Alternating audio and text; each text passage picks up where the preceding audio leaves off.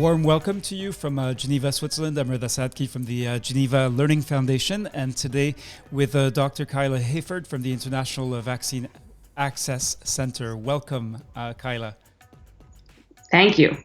So today we're actually talking about a special event that's coming up on Friday, which is going to be a comprehensive presentation of Serosurveys for vaccine-preventable diseases in the era of COVID-19. And if you have not registered for this event yet, you have 2 days and less than 2 hours to do so, and we certainly hope you'll join us. We also know that immunization professionals are especially busy right now, and so we wanted to try to give you, in a 15-minute, what we're calling a lightning chat, really the opportunity to meet Kyla Hayford, who will be one of the panelists on Friday, and to get some basic information about what are serosurveys and why and how they are relevant, or especially relevant, for vaccine-preventable diseases during the pandemic. So let's start there, Kyla, and we'll be looking for your questions. So if we're looking at your comments. So if you have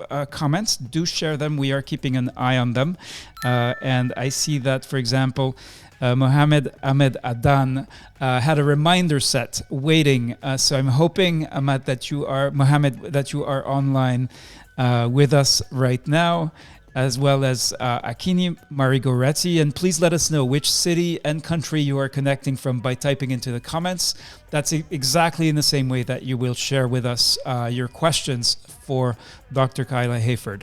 So let's start at the beginning. What is a serosurvey?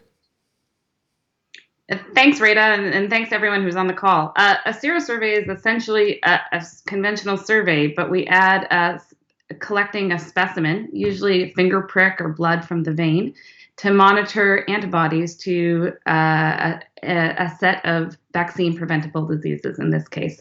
So in particular, we look at measles or rubella, and what it tells us is those antibodies are indicators of whether someone has been exposed to that virus. And it's very important for us to understand exposure in terms of either to the virus, to the disease, or to the vaccine, to understand who is susceptible and who is immune to measles and rubella. So it's a really good tool to directly measure population immunity in a country, in a region, or in a specific area where you have questions or interest.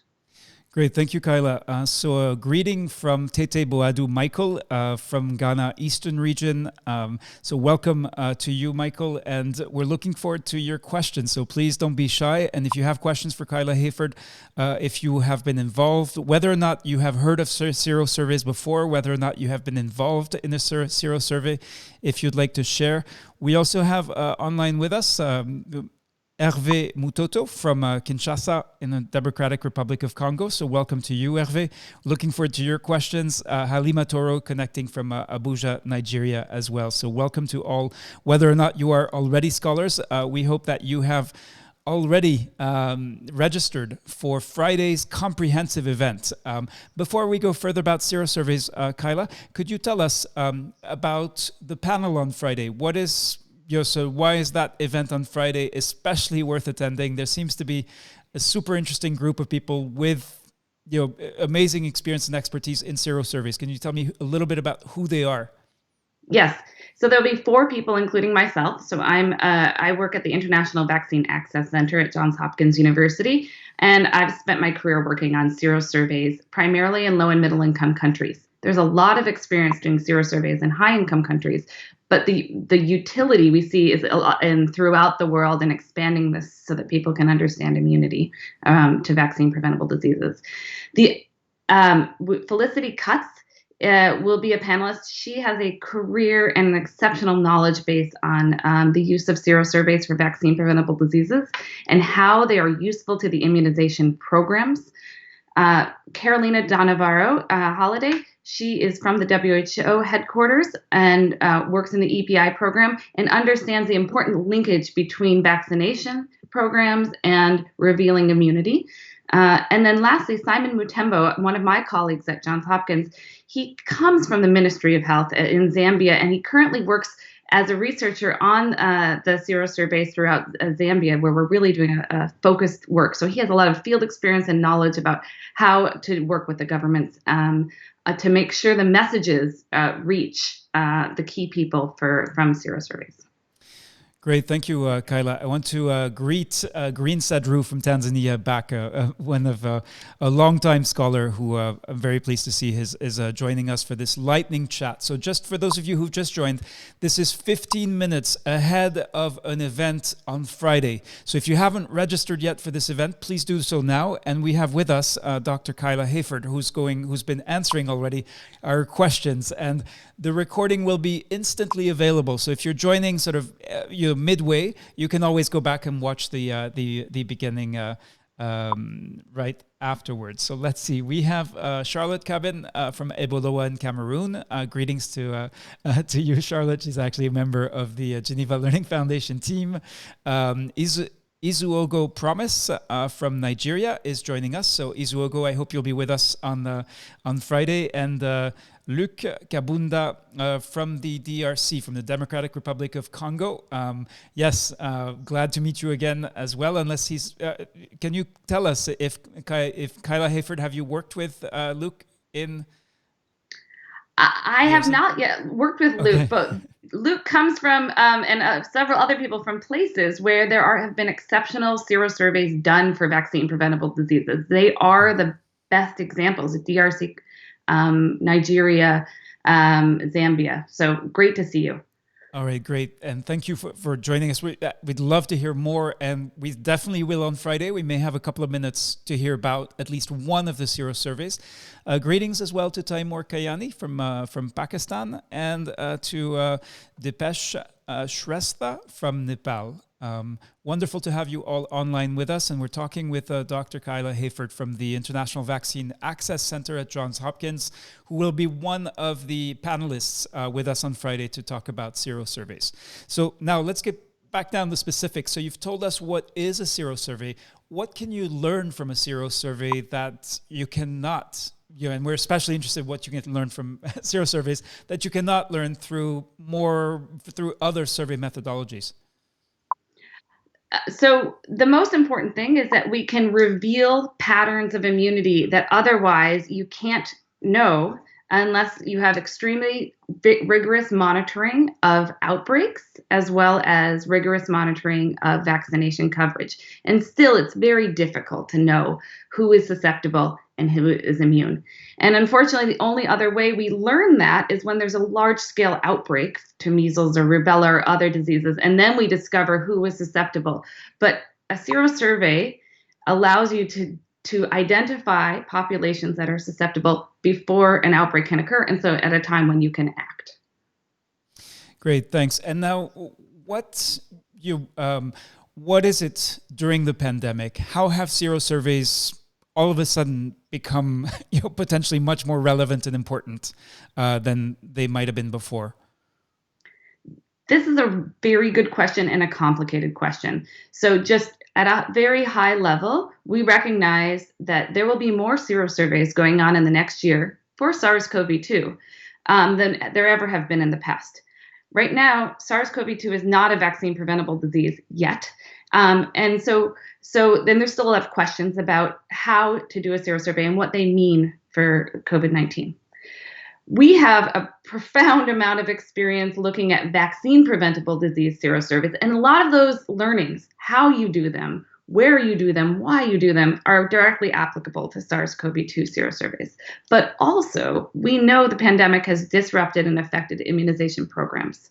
And this is an important opportunity to potentially directly measure gaps in immunity as after the pandemic or further on in the pandemic to ensure that the programs for immunization are reaching the populations that they need to be and who potentially who are at risk. So I won't name any names, but I was speaking with the very senior immunization professional with decades of experience, and sort of brushed it off and said, serosurveys are too expensive, too complicated. What is your response to that? Is that a legitimate concern about the level of complexity and the costs? How do you respond to that? Where and how, can you challenge that? Yeah, It is a very real concern. So yes, serosurveys can be expensive. One of the things we've learned though is that the cost of doing the survey, not the serosurvey, just getting out to do the survey is expensive. And adding the blood collection on does add an increased cost, but it's not as much as you might think. We're trying to better clarify how much things cost and how you can save money. But I think the really important question is how much is it worth? How much is that information worth to you? And can we find better ways to reduce the cost, target the activities so that we can gather the information more efficiently and at a lower cost? Thank you, Kyla. And I just want to acknowledge and greet. We don't have time to greet everyone, but certainly Francis Abema, Rajat Garg, Maimun Abdullah, Mariam Bello. I haven't seen any questions yet, so I'm guessing that's because people are first trying to understand what are these serosurveys. But please, and on Friday, again, we're having what we're calling a lightning chat. So 15 minutes with Dr. Kyla Hayford, one of the panelists who will be on Friday, and we'll be broadcasting this on Facebook Live as well. And so if you haven't registered yet, make sure you go to the Geneva Learning Foundation website. We'll be posting the link in the comments in a few minutes. We've got 4 minutes left to talk with Kyla.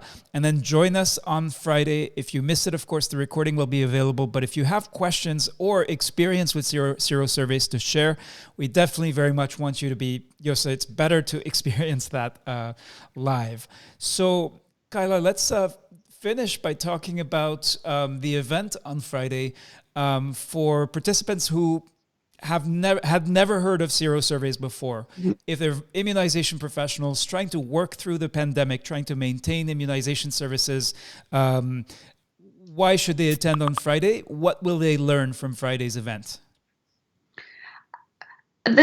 The event is targeted at people at different levels. So there might be people who are going to see results from serosurveys, and we want to make sure that you understand how it's useful and when it's not. What are the caveats? What are the potential benefits of it? There may be people who are planning to do serosurveys, either for SARS-CoV-2 or vaccine-preventable diseases. We want to guide you on any questions you have about how best to do them, what specimens you should be using, why would I do this, how do I set it up, and then mostly we want to show encourage that the results that you can get from a serosurvey, how they can be useful to the EPI program, how they can be useful to the populations that you're surveying to strengthen the immunization programs and any gaps there are in it. Great. So thank you, Rajat Gargi. We have our first question. So can we add data regarding VPD surveillance during serosurveys? Can we, Rajat? Can we add VPD data, meaning for the disease? All right, let's see if he can clarify. There is about a 10-second delay between with the broadcast, so let's go back to that question. I had hoped you could decode it. And knowing Rajat is another experienced scholar, I know he must have something very specific related to his work that he is doing. So Rajat, we'll go back. And greetings to you, Ismail Moomen. So you said that this was for a broad, a fairly broad set of people that we're trying to address through this sort of public-facing event. What about people who actually have contributed, participated, maybe even designed and managed serosurveys? Are they welcome, and will there be an opportunity for them to share their experience on Friday? Absolutely. So, Rita, an important piece is that there's this community around the world of people doing serosurveys and the complexities of doing them. It's important to do them well, and many of you have experiences about the challenges and of them and how to do them well. So we do want to hear from you about everything from how you have set them up, why you chose with the specimen you chose, how you've overcome some of the challenges to generate high quality results. Great. All right. So The date is set for Friday, so I'm going to show it on screen again. Serosurveys for vaccine-preventable diseases in the era of COVID-19. So this is the time shown is Geneva time. You can Google Geneva time to figure out what time it is where you are. We do have one last comment from Taimur Kayani. Serology is performed for confirmed polio cases in Pakistan, but as a serosurvey, would love to hear from you people. Would be a great learning experience. Thank you for that comment, Taimur. We're out of time. This is what we call a lightning chat, and we mean it. Thank you so much, Dr. Kyla Hayford from the International Vaccine Access Center at Johns Hopkins School of Public Health. We'll see you Friday. Thank you.